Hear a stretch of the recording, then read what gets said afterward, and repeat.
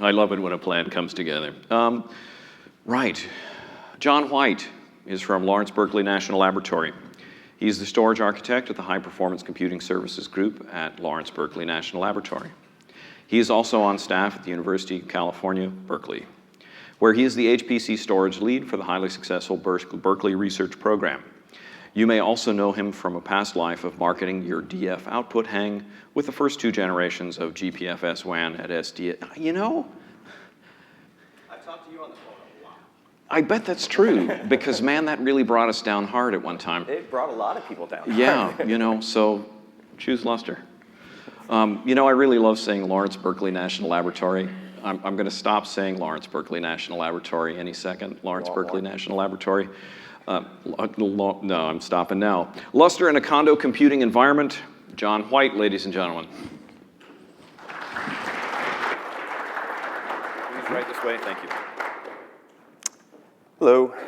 Yeah, I'm John White. I have misordered slides, so I'm going to start here. So there's this concept of the condo. Condo computing is largely a way of lessening the financial burden on principal investigators and customers of ours. So in short, we purchase all of the infrastructure and offer the smallest unit of buy-in that we can.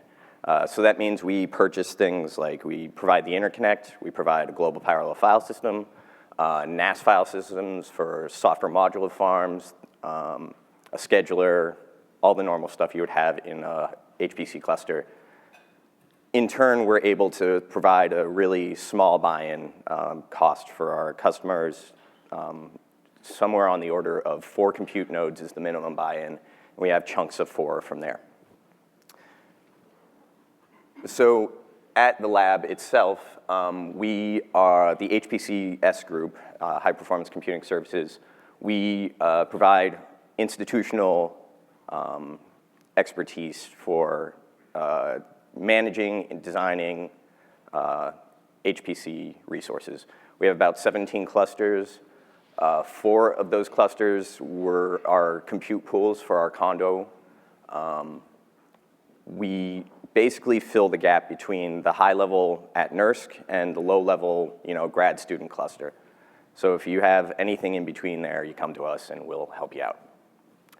We have about 1,700 nodes within our compute infrastructure at this moment. About a petabyte of parallel and 3/4 of a petabyte of NAS. NAS is about software, home directories, all the stuff that's not global scratch. We are also contracted out to the University of California. Over the years, we've done a lot of work for them designing their one-off clusters. And about 3 years ago, they realized that they've been getting their lunch eaten by other institutions because they weren't able to provide the compute resources they needed. So the Astrophys group decided to write a letter to the UC and get funding. About a year later, we had our cluster up and running, and it's been a wild success from there. They have about 600 nodes in their condo between 2 generations. They are on the first of our current they are the first installation of our current Lustre spec. And this is actually a pretty important thing to go over. When we're talking about our condo infrastructure, it's really important that we genericize everything so that we can be pretty nimble on our feet. We're a group of about 10 people. I mean, in that 10 people, we have a healthy user services group. So I'm basically the storage group. I've got a couple people back me up with some storage knowledge, but anything I can do to create uniformity in my infrastructure lets me take vacation from time to time. It's really important. So given that, we have generational specs of Lustre that we try to cookie cutter into each installation that we manage. They also have about a petabyte of Lustre and some amount of NAS. I forget exactly how much. So like I said, this is just a repeat, but the specifics of our systems are our provisioning is an in-house developed piece of software. called Werewolf. It's largely Pixie-based. We use completely stateless Condo nodes. We use Slurm. Our NAS environment tends to be Hitachi-based, but we like keeping them honest, so we bring in vendors all the time to try to beat their pricing. We've also gone ahead and Condoized the NAS. So when we talk about Condoizing something, it's, again, we want to come up with a unit of buy-in. So we buy the controller, we buy the NAS head, and all the fiber channel switching or whatever interconnect it is, and then the user comes in and they buy a shelf. Right now it's an HUS 110 shelf, 12 disks, 10 plus 2P. I think that number's actually down at about $11,000 for buy-in for 40 usable terabytes. We provide a global parallel scratch file system. It's been Lustre for the past 8 years now. GPFS once in a while comes in, but we just can't afford the licensing costs, flat out. We also provide a remote data transfer infrastructure. I'll hopefully get into a futures project for that if I have time here. All right, so again, just more specs. Sorry, this is a site update, but this is our common compute node. It probably looks like many of yours, 12-core, dual socket, 64 gigs, FDR, and a single 500 gig spindle. We keep a 4 to 5 year warranty on everything we purchase in the condo, and that's really important to be able to maintain the idea that we have a uniform system per generation. We don't want to have to go back to our customers and say, you need to renew your warranty cost, and then they want to pull out their hardware or something like that. Another key part of the condo is that we obviously aren't doing this for just the good nature of our customers. We're doing this so that we can reap idle cycles. The value add for us is we set up a system where we buy an initial pool, so there's compute capacity there. The people who are buying into that get burst ability into that pool or into other people's pools. So if there's an idle process on this project over here and they don't have a paper due, but there's a research project going in full tilt over here, they can burst over into the compute cycles there. Went over that already. So here's the standard graphic. It probably looks like a lot of your systems: InfiniBand core, Ethernet for provisioning, master, a login infrastructure, data transfer node infrastructure, NAS, and parallel on the side. Our current generation is based around the SFA 12K from DDN, and I'll go into that quite a bit later. So now we get into what this means for parallel storage. When we're talking about storage within the condo, we really can't tune to a specific user. We have users ranging from million file genetics to, huge strided write astrophys code. We have no common user. So we really just shoot for what the file system does best and what is going to hit our 90th percentile user. And in the end, that ends up being exactly what Lustre does well. Huge strided writes. If there are high IOP requirements, we come up with one-off solutions. That served us pretty well. The high IOP user doesn't come along too often that can't work within the system.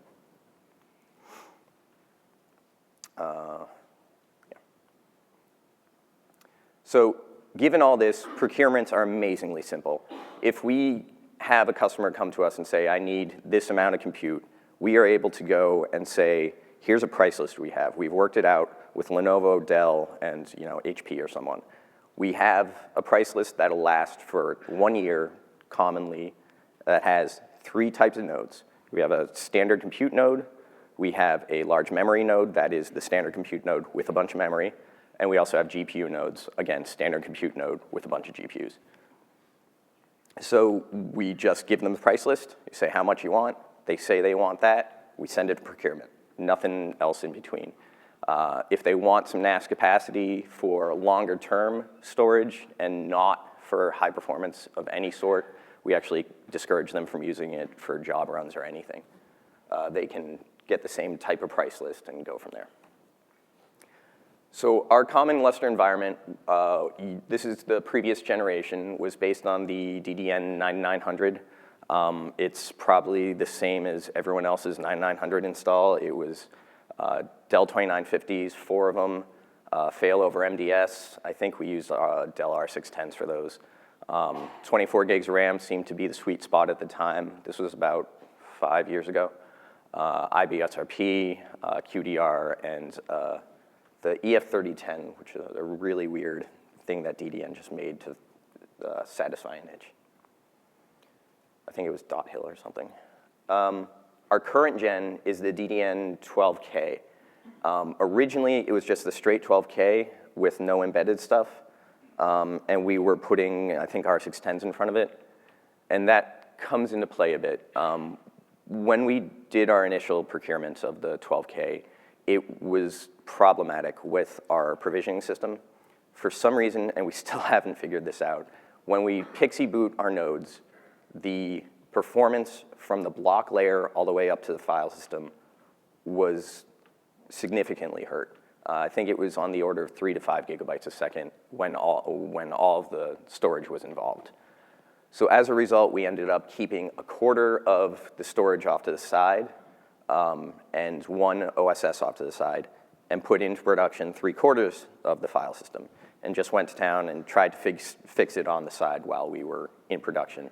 We went into production with stateful nodes so that we didn't have this problem. Unfortunately, users used the file system, and it started filling up. So we ended up in a situation where we came to March of this year, and this is the inode count, but this is glaringly obvious right here with the capacity count. The first non-bold OSTs are the production ones, and those went down to, OST 15, I think there. And the ones in bold are the new ones that we added around December.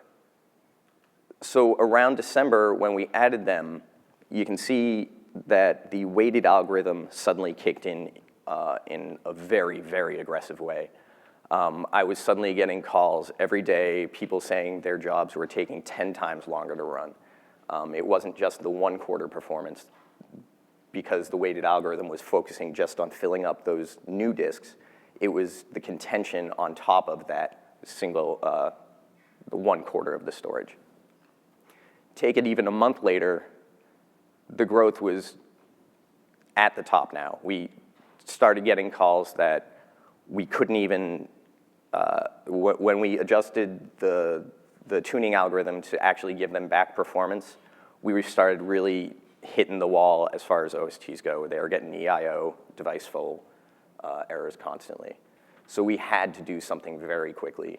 And we're in the middle of that right now. What we ended up doing was procuring a doubling of the system. So we had the two options, a forklift upgrade would have been wonderful, would have been a giant pain to copy all the data. Luckily, Rick Wagner will be talking about what we are hopefully going to do with that. But the performance gain we would get from that between these two generations of SFA 12K and whatever the next generation is was only about 10 gigabytes a second. So we started thinking about what if we ended up getting another 12K, but we went with the current spindle size of 4 terabyte instead of the 3 terabytes that we already had, and then joining those two file systems. After doing the math out, we figured if we got fairly complementary spindle counts between the two systems with the 4 terabyte drives, we could fit our existing capacity into the new capacity and then suddenly have a balance between the two. There'd be about a 10 terabyte delta in the OST sizes between the two once the capacity was moved over. So hopefully next year, I'll come back with a lot of pretty graphs that show that this was a giant success, or I won't come back because I'll be finding a new job. So when we did the 12K, it was okay. It was, like I said, we had performance problems. We were doing the same things that a bunch of other sites, I'm sure, do, where we don't buy support contracts. We just win it ourselves. We did the performance tuning the best we could. But halfway through this, when the UC Berkeley project spun up, our sales guy at DDN talked to us about doing the embedded SFA OS, running the OSSs directly on the controller with VMs. We were obviously hesitant at first, but we ended up going for it. And it's been a huge win for us in both manageability, performance, and just my time. The initial thing is that all the scripts that we would have written for every new file system, you know, the start scripts, the stop scripts, the monitoring, everything like that, it's already done. Not only that, but suddenly if we are able to do this not only at UC Berkeley, but on our other systems, we have all of those scripts uniform, all the documentation uniform, all the performance tuning. We already learned our lessons from one. We can just cookie cutter it over to the other. The only thing that really remained was chasing the OFED kernel Lustre version. I don't know why this is still a massive pain, but getting those 3 pieces of software to build correctly together is a monthly thing that I come up across. Every downtime we take, new kernel comes up, I have to go through this. The compatibility charts are there, and they say that everything should work, but there's always a patch. No matter how small, there's always one patch we have to do, normally to OFED, to get everything built correctly. As such, I am the person that does that. There's a guy in user services that helps me, but that's a choke point for our management style. On top of all this, we finally got some of a support contract. We were able to get a level 3 support contract for the absolute worst stuff that we'll ever see. We finally have a phone number that we can call. We've done it maybe twice now, and it's been a massive gain for us. Counterintuitively, we're also getting better performance out of our hardware when we're doing the VMs. We hit about 18 gigabytes a second strided write, large strided write, with our own homebrew stuff. With the VM stuff, we're hitting about 21 gigabytes a second write, about 20 read. And this is out of order.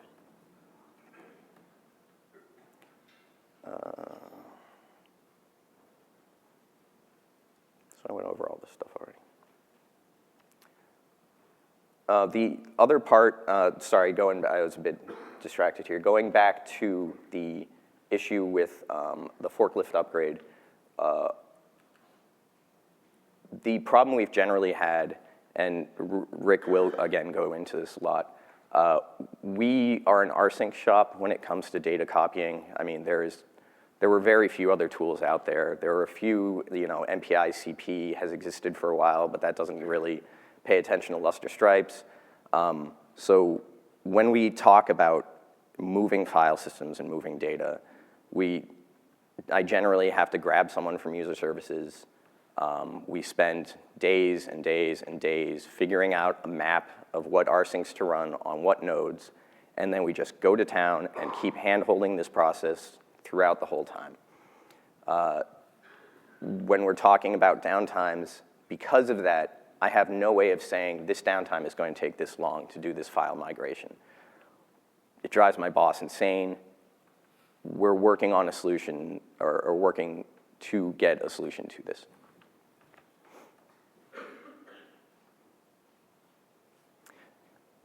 So when we talk about the condos, we really want to consider the idea of getting a buy-in unit for our users on the Scratch file system.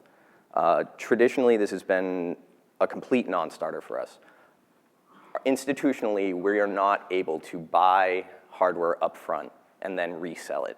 The business side of that is prohibitive. So anything we can do to get a physical unit price for a user to buy in, purchase, and have shipped to us and then work in with this, and then fold it into the file system is really going to be a win for us. Over the next year, we're hoping to find a way to do this.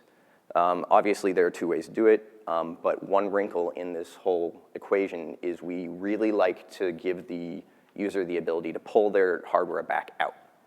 Unfortunately, that means we can't just fold it into a central pool and stripe wide across all of our Condo users' arrays. So we would, I mean, the quick and dirty solution to that is obviously just do a pool per array. But then we get into the situation where, okay, we have a user that is buying piecemeal. How do we handle that? Again, pools would largely help that, but we're not going to get the full performance that we would out of the aggregate.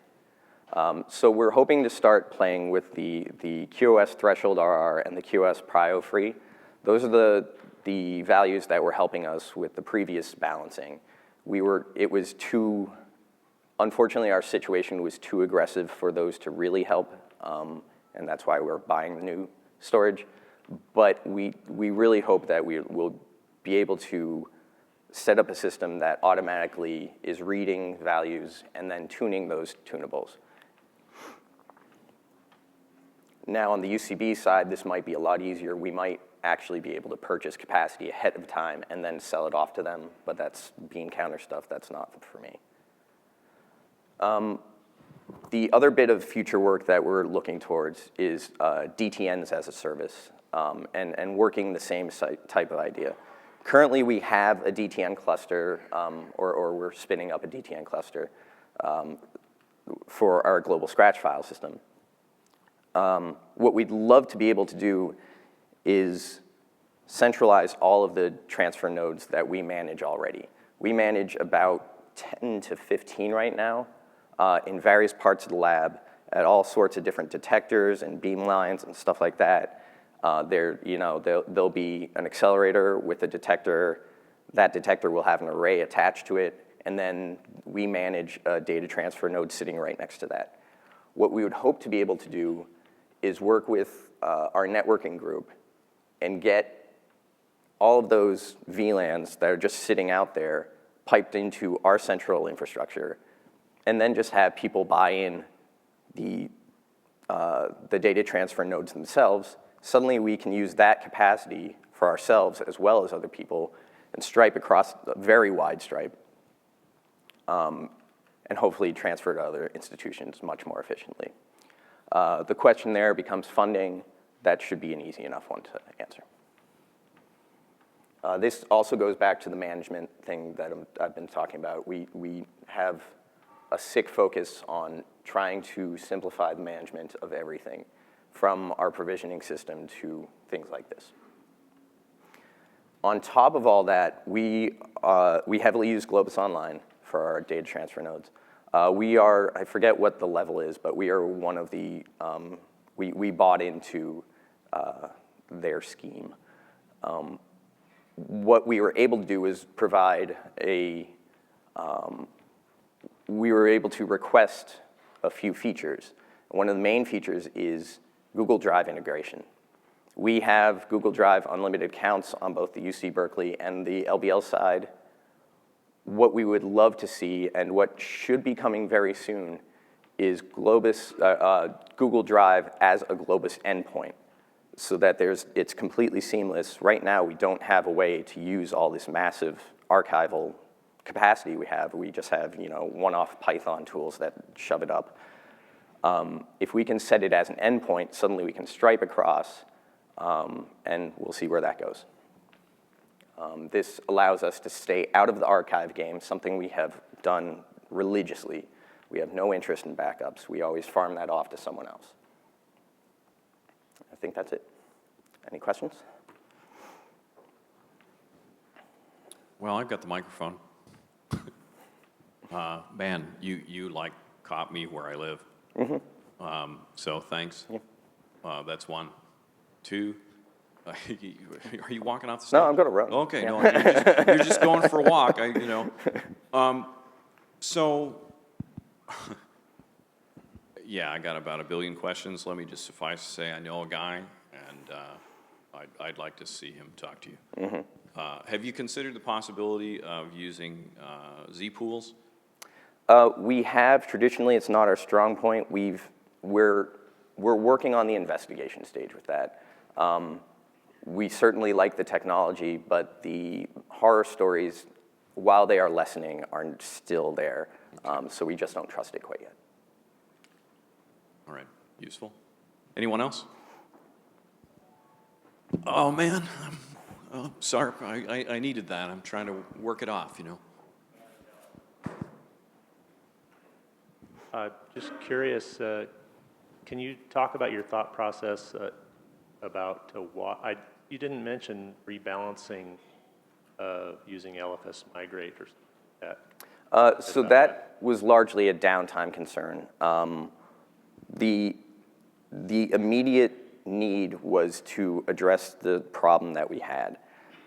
We were in a particular point where a lot of projects just happened to be running at that time. And actively resyncing the file system instead of finding a way to get our max performance back was prohibitive. It certainly would have been great, and there is still a record of my screaming to Lustre Discuss, asking for any option anywhere. I just didn't get that one at the moment that we needed to address it.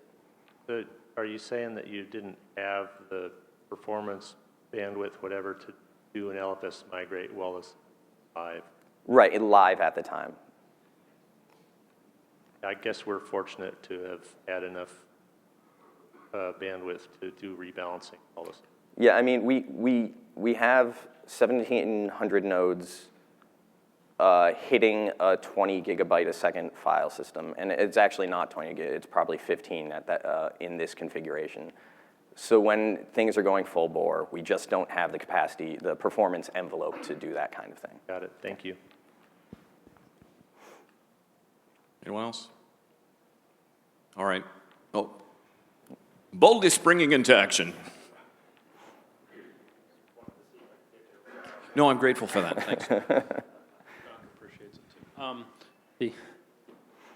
I was just curious about the OFED version. You were talking about chasing the matrix. So which OFED versions do you typically? We try to stick to vanilla OFED.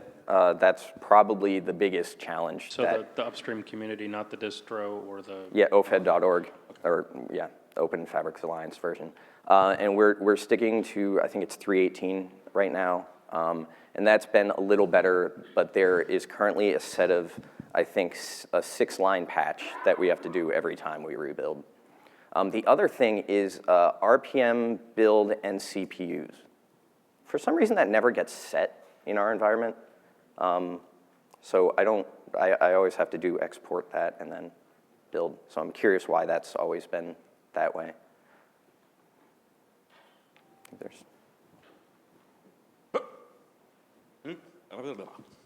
Please. Thanks. Just wanted thanks for the shout out on Globus. The Google Drive integration is planned to ship this fall. Awesome. That's really, really going to make a lot of people happy. See, we use Globus too. We love you. At the risk of like overstaying my welcome here, have you considered? See, I'm still on the ZFS bandwagon. Have you, who asked yesterday about like ZFS send receive? Well, I know SDSC is doing a ton of that right now. Right on. So you know, why am I still on this ZFS thing? Well, you could create a ZFS Z pool. You put people in there. You could snapshot it.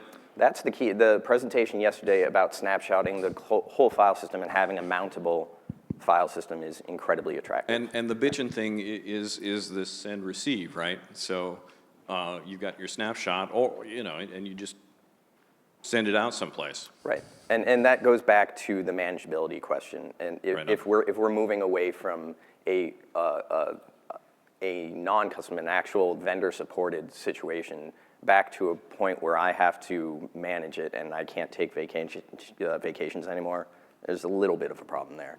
We need to take a collection. Oh, sorry. We're hiring at like mad, so if you're interested, please apply, Lawrence Berkeley Lab. And you can say Lawrence Berkeley Laboratory. Sorry, National Laboratory. National Laboratory. Right on. All right. Thank you. Sure. Really No problem. appreciate it.